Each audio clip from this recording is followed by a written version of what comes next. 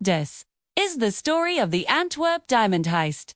In February 2003, the world's diamond capital, Antwerp, Belgium, became the target of one of the most sophisticated heists ever attempted. Thieves infiltrated the city's most secure building, disabling its state-of-the-art security system and stealing over $100 million in diamonds before vanishing without a trace.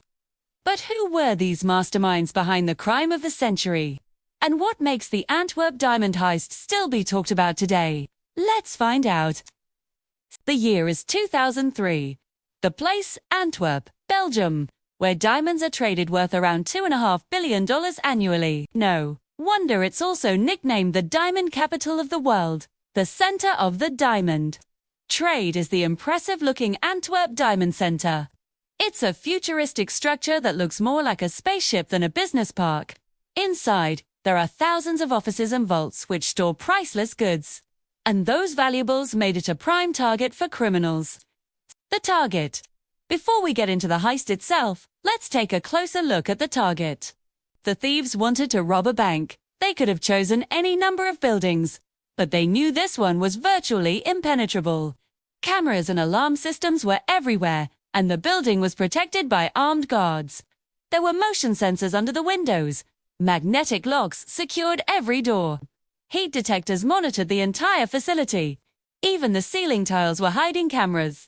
For years, people had claimed it was impossible to break into the Antwerp Diamond Center. But, for Leonardo Notarbartolo, the challenge was exactly why he chose it. He was a professional thief who had already made a name for himself, pulling off daring heists all over Europe. And while most would see the Antwerp Diamond Center and give up, he saw opportunity. According to investigators, Leonardo spent years studying the building. He observed the guards, he studied the technology, and he learned the routines inside. After all, he needed to know when the coast was clear. Crew. With that knowledge, he recruited a crew and set up shop in the same building. They rented an office above a Chinese restaurant and got to work. First, they looked for weak points in the system. Soon they discovered an opening. One of the exterior doors could be propped open just enough to slip through. If someone stood on a nearby pillar, next, they concentrated on bypassing the alarms. They created fake profiles so their bodies wouldn't trigger the heat detectors. They disabled the cameras by covering them with tape. They tested the motion sensors by putting aluminum foil over them. Each evening, the crew stayed late and practiced getting in and out of the vault. Their goal was to become invisible, and so far it was working. On the weekend of February 15, 2003, the team was ready. They had deactivated the surveillance tapes for Friday night and Saturday morning. All that was left was to pull off the heist of the century. As soon as the sun went down on Friday, the crew got to work. They jammed the sensors, covered the cameras, and disabled the alarms. Then they entered the vault. Working quickly, but quietly, they pried open 123 of the 160 safety deposit boxes. They stole cash, gold bars, and precious stones. Their haul was worth approximately $100 million. To put that into perspective, if you took the average value of the loot, each box contained almost $816,000 worth of items. Once they were done, they taped up the boxes and vanished into the night. The Antwerp Diamond Center didn't realize what had happened until Monday morning, when a worker came in late and noticed the boxes were open. Police were called in immediately, but they weren't able to find any fingerprints or DNA evidence. Plus, the thieves had taken great care to cover their tracks.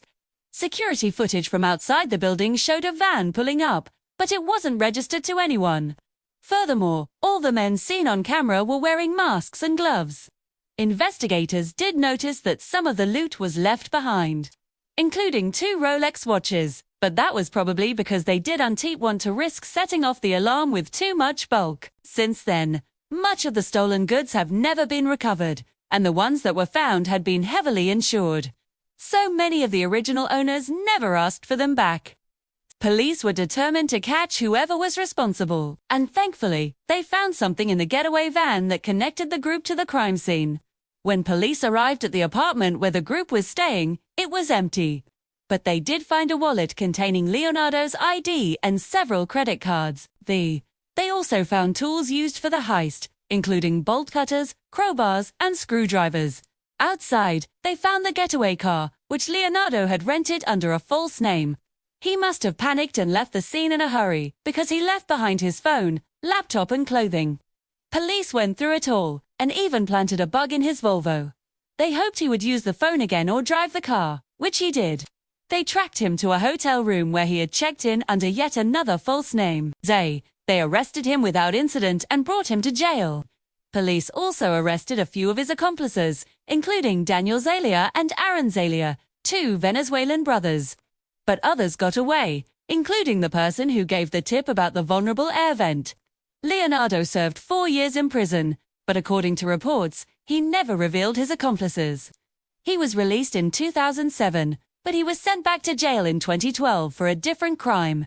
As of 2023, he is still alive and 64 years old. But what happened to the other members of the crew? Well, we may never know. And what happened to the loot? Well, some of it might still be sitting in European banks, waiting to be rediscovered. But some of it might have already been sold on the black market and turned into something else.